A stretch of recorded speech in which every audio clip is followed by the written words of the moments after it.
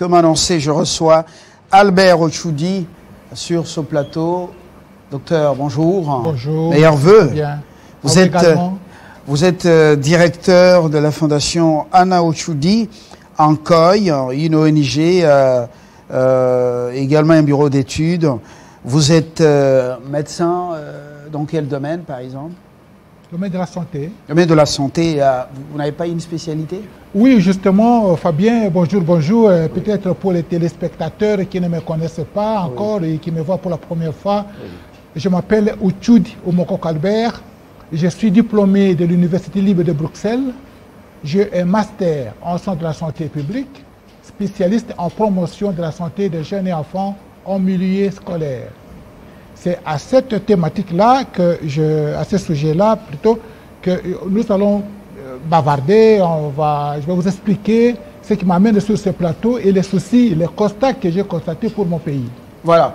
Dans votre pays, après l'ULB, vous êtes sur le terrain comme chercheur. Dites-nous, quel est le constat que vous avez fait? Un constat en bien ou en mal concernant la santé en milieu scolaire? Traditionnellement, le ministère de la Santé et de l'Éducation sont considérés jusqu'à ce jour ici chez nous comme étant deux départements indépendants et autonomes, et on le voit chacun travailler de son côté. Cependant, au fil du temps, l'expérience et le constat nous ont montré que aucun des deux secteurs ne peut atteindre le meilleur résultat en travaillant indépendamment l'un l'autre.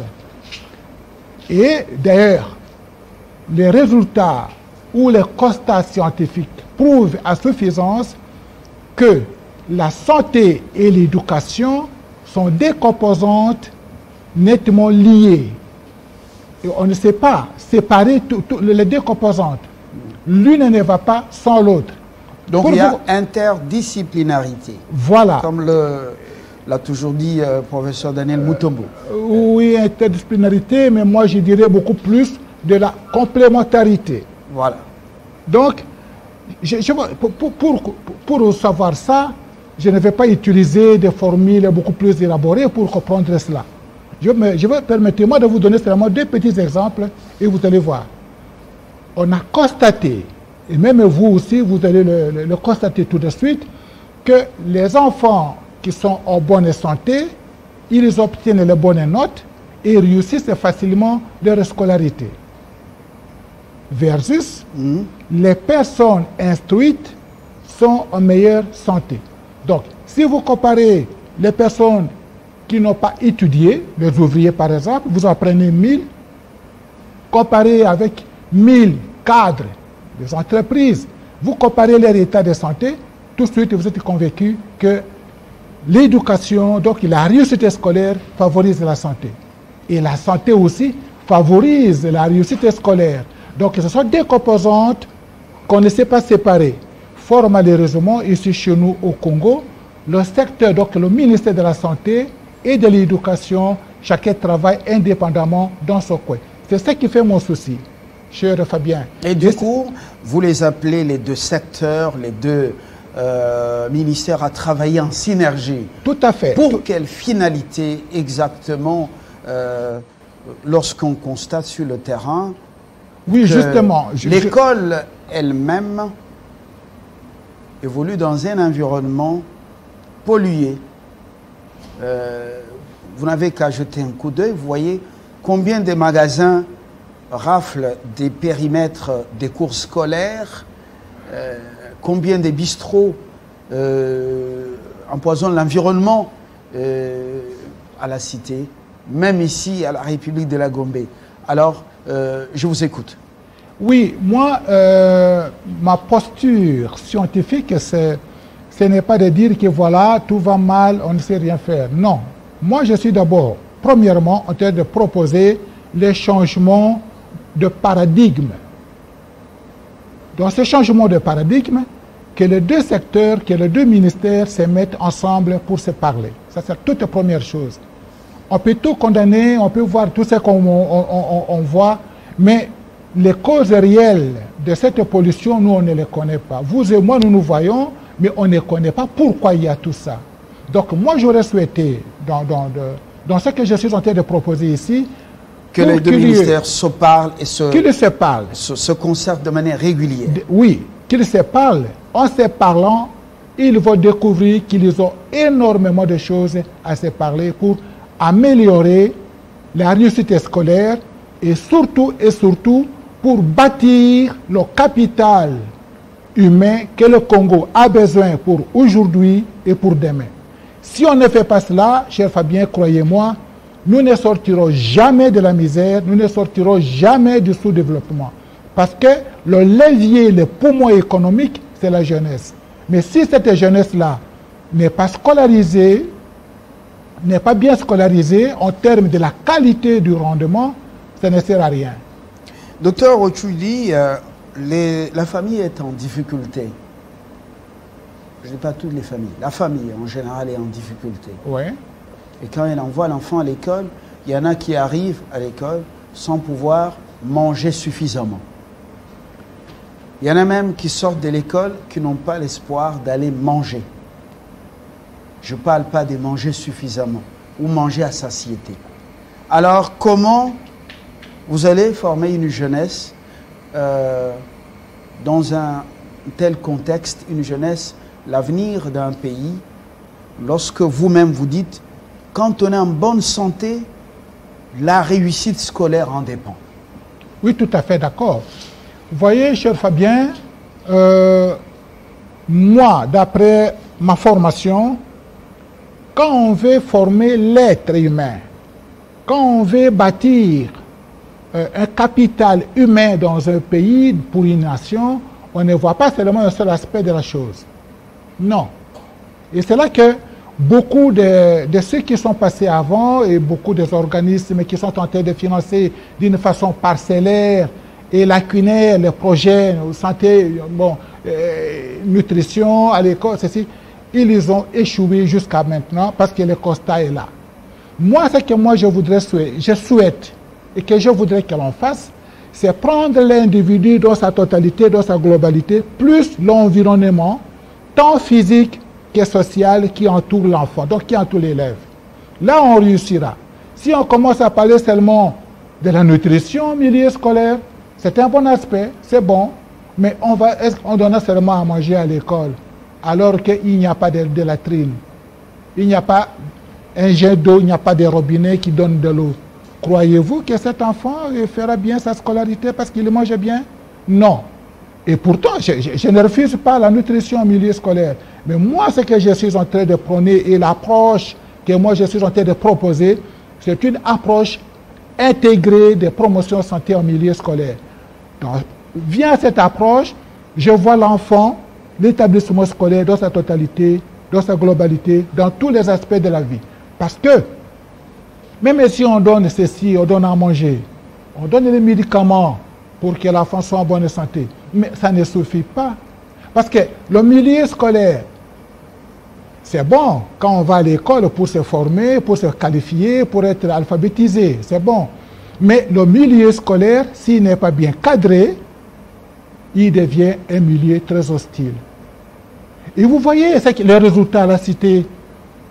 J'ai fait des études depuis 2018, 2019 jusqu'à 2020 au quartier côté Eupen, quartier Ngomba Kikusa. J'ai répertorié, voilà, j'ai répertorié environ 69 écoles. Et au cours de mes enquêtes, j'ai trouvé au niveau secondaire des enfants qui s'amènent avec des petits flacons d'alcool, à l'école. L'alcool à l'école.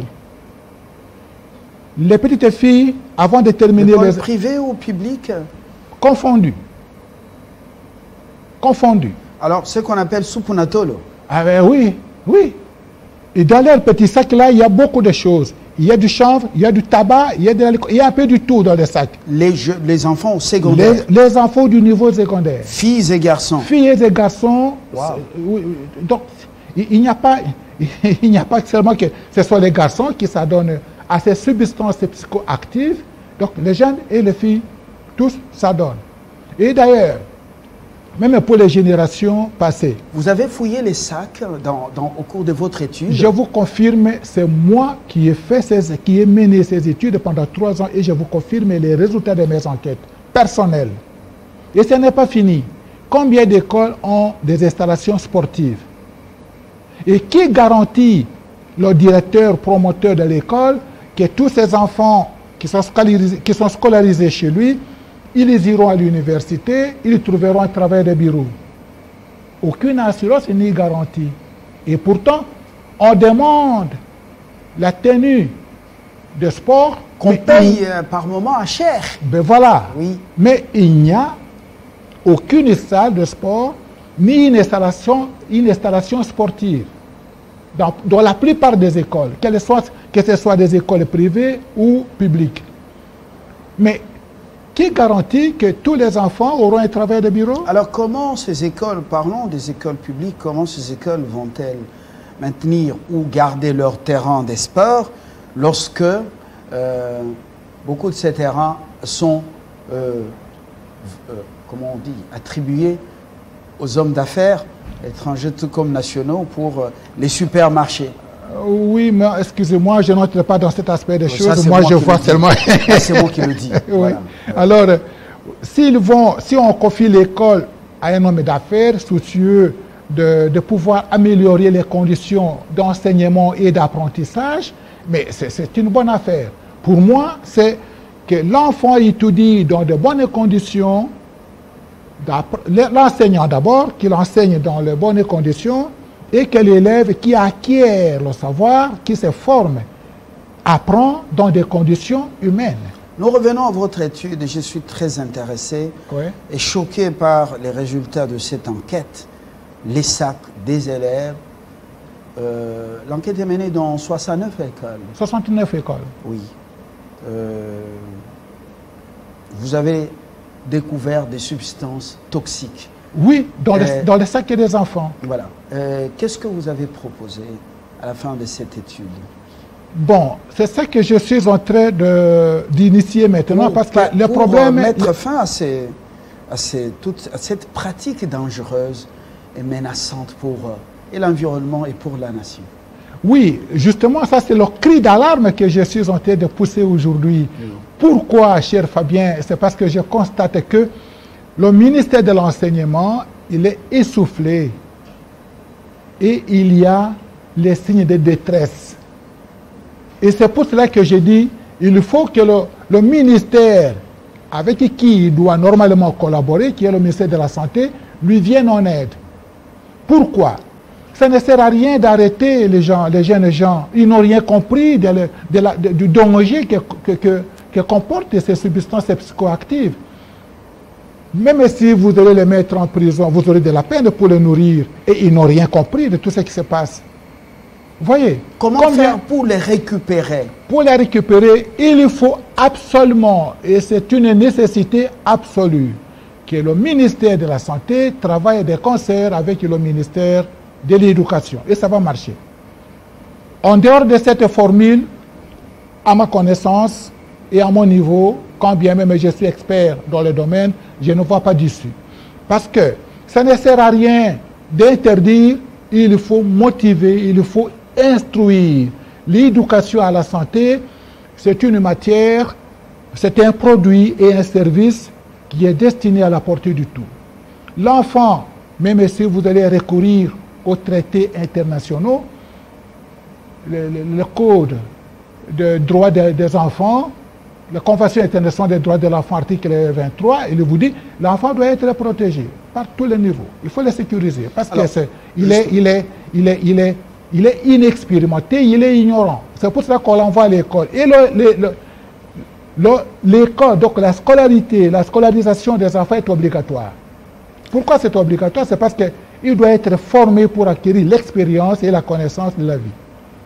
Monsieur Otchoudi, oui. Nous quittons un peu l'UPN ou le quartier qui a fait l'objet de votre étude. Oui. Pour remonter ici à la Gombe, des parents étaient invités dans une réunion ici dans une école de la Gombe, je ne la nomme pas. Ouais. Mais un parent a fait un constat amer en présence des parents, des élèves qui parlaient à un enseignant. C'était déplorable. Monsieur, réponds vite, regarde-moi, réponds. Et il y a des parents qui n'en revenaient pas. Voilà. Et certains parents ont été à bout des souffles, prêts à exploser. Oui, oui. À quoi est dû un tel comportement, même à la Gombe, dans des écoles réputées? À quoi? Est-ce que c'est la consommation de ces substances toxiques? Oui, vous savez, ça fait aussi une partie intégrante dans mon approche intégrée de promotion de santé à l'école. On va aussi en parler dans les émissions qui vont suivre. Parce qu'ici, aujourd'hui, ce n'est qu'un début. Pour appeler les deux ministères de la Santé et de l'Éducation de se rapprocher, de se parler en tant que de deux ministères à qui l'on a confié la responsabilité de bâtir le capital humain que le Congo a besoin aujourd'hui et pour demain. Donc, pour répondre directement à votre question, là, vous comprenez que c'est la faillite même du système éducatif. Parce que l'enfant, c'est l'école qui doit façonner l'enfant. C'est l'école qui doit produire des bons citoyens, des bonnes citoyennes pour le Congo ou pour le futur. Cet enfant vient d'une famille qui est le haut lieu de l'éducation. Ben voilà. Ouais. Et maintenant, vous voyez que le milieu scolaire, comme je viens de vous le dire, n'est pas seulement un lieu où l'on se forme pour se faire qualifier. C'est un milieu aussi où s'affrontent plusieurs croyances, plusieurs traditions et plusieurs comportements. Un enfant peut être issu d'une famille dont les parents sont sérieux, sont honnêtes, sont de bonne moralité, mais l'école, ce qu'il va rencontrer sur le milieu scolaire, va dénaturer son comportement, va le façonner autrement. Et c'est ce qui fait mon souci aujourd'hui, que nous devons travailler des concerts, nous, de la santé, nous devons travailler des concerts avec le ministère de l'Éducation pour l'épauler dans sa mission qui consiste à bâtir un capital humain de qualité que le Congo a besoin aujourd'hui et a besoin pour demain. Alors, ce comportement, directement, est-ce que ce n'est pas lié à l'état de la santé de l'enfant, par exemple? Il y a plusieurs paramètres que vous et moi, tout de suite là, on ne sait pas tirer les conclusions. Parce qu'il y a plusieurs facteurs qui interfèrent dans la détermination du comportement d'un enfant ou d'un individu. Je rentre dans votre étude et surtout au résultat, Ouais. plusieurs enfants avec des produits toxiques ou du chanvre et d'autres à Guinée dans les sacs de l'école, dans les cartables, justement. Ouais. Quelle est la vraie cause d'un tel comportement? C'est la dépravation des mœurs, c'est la dégradation vraiment des mœurs. C'est parce que maintenant qu'il y a eu ce courant de la gratuité de l'enseignement, les enfants qui ont été plusieurs années sans être scolarisés, quand il y a eu gratuité, mais ils ont couru vers les établissements scolaires. Ils étaient hors enseignement, ce n'est pas parce qu'ils ne voulaient pas apprendre, mais c'est parce que les parents manquaient les moyens. Et maintenant qu'il y a gratuité, mais tous ces enfants-là sont rentrés maintenant en milieu scolaire. Et maintenant, il y a confrontation entre les enfants qui suivaient normalement le cours scolaire et ceux qui viennent de... Ce sont mes préjugés. Hein. Je n'ai pas approfondi pour tirer certainement des conclusions, pour savoir que oui, ce sont ces enfants-là seulement qu'il faut ça, qu'il faut ça. Mais le milieu scolaire, c'est un milieu très, très dangereux auquel nous devons apporter toute notre attention, et même les autorités doivent brancher vraiment une attention particulière parce que l'avenir de ce Congo, l'avenir de demain dépend de cette génération. Alors, une dernière question, Oui. parce que vous avez voulu qu'on se focalise sur l'appel que vous lancez à ces deux ministères, santé et éducation, ou EPST, pour pouvoir travailler en synergie, parce qu'ils ont reçu la charge de former le capital humain. Oui.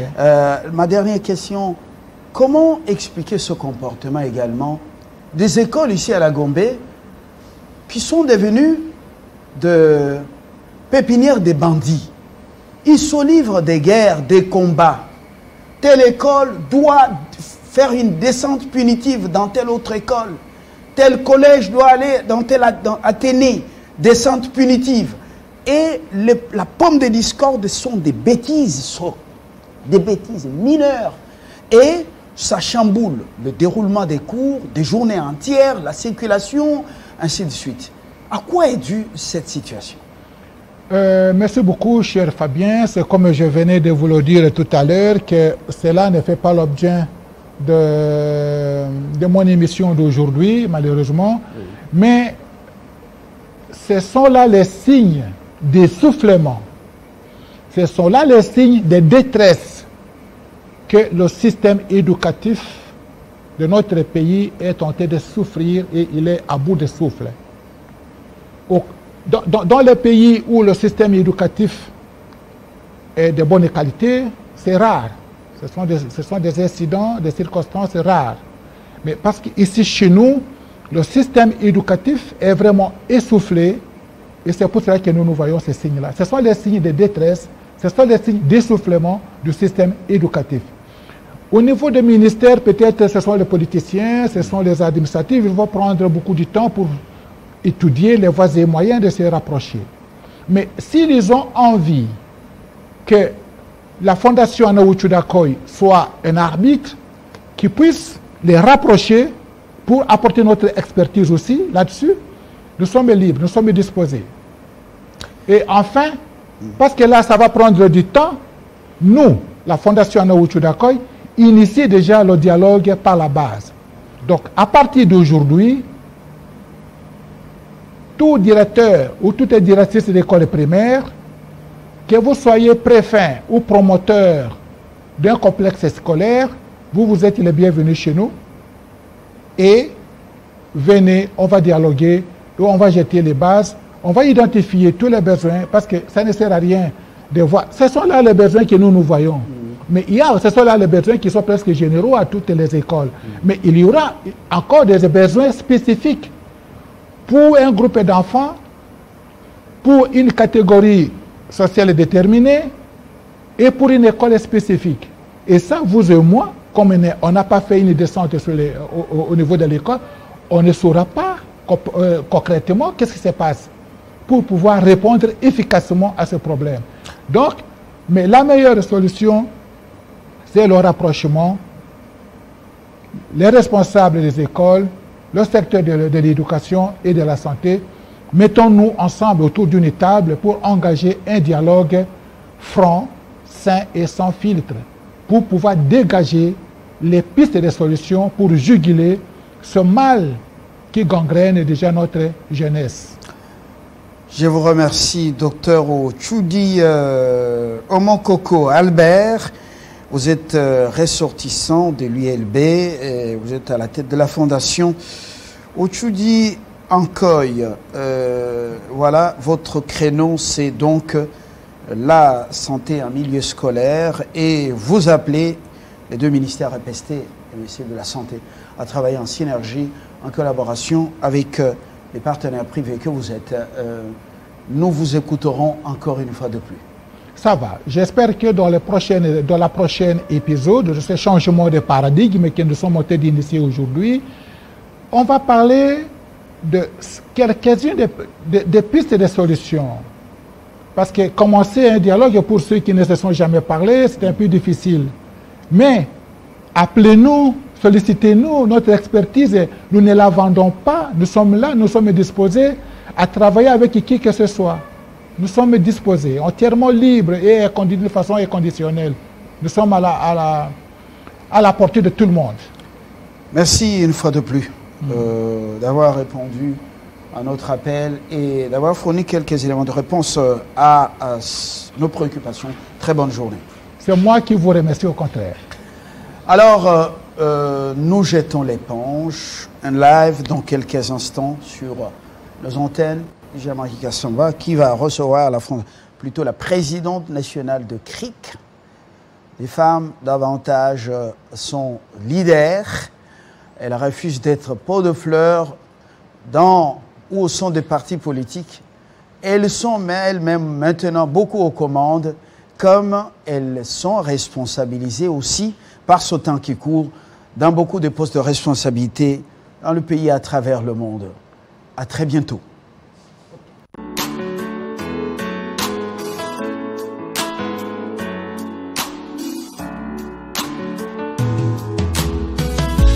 Aujourd'hui c'est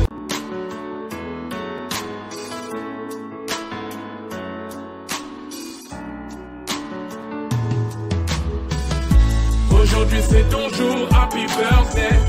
Tout le monde à la maison, happy birthday. Avec moi nous fêtons, happy birthday. C'est maintenant ton moment, happy birthday. Aujourd'hui c'est ton jour, happy birthday. Tout le monde à la maison, happy birthday. Woo woo woo woo, happy birthday. Woo woo woo woo, happy birthday. Personne ne peut oublier, c'est pas juste pour les billets. Aujourd'hui c'est ton jour, c'est ton meilleur jour pour briller. Il faut chanter, faut crier, il faut danser, faut prier. Aujourd'hui c'est ton jour, des messages d'amour par milliers. Et t'auras toute la nuit, et plus rien ne compte. T'auras encore toute la nuit pour refaire.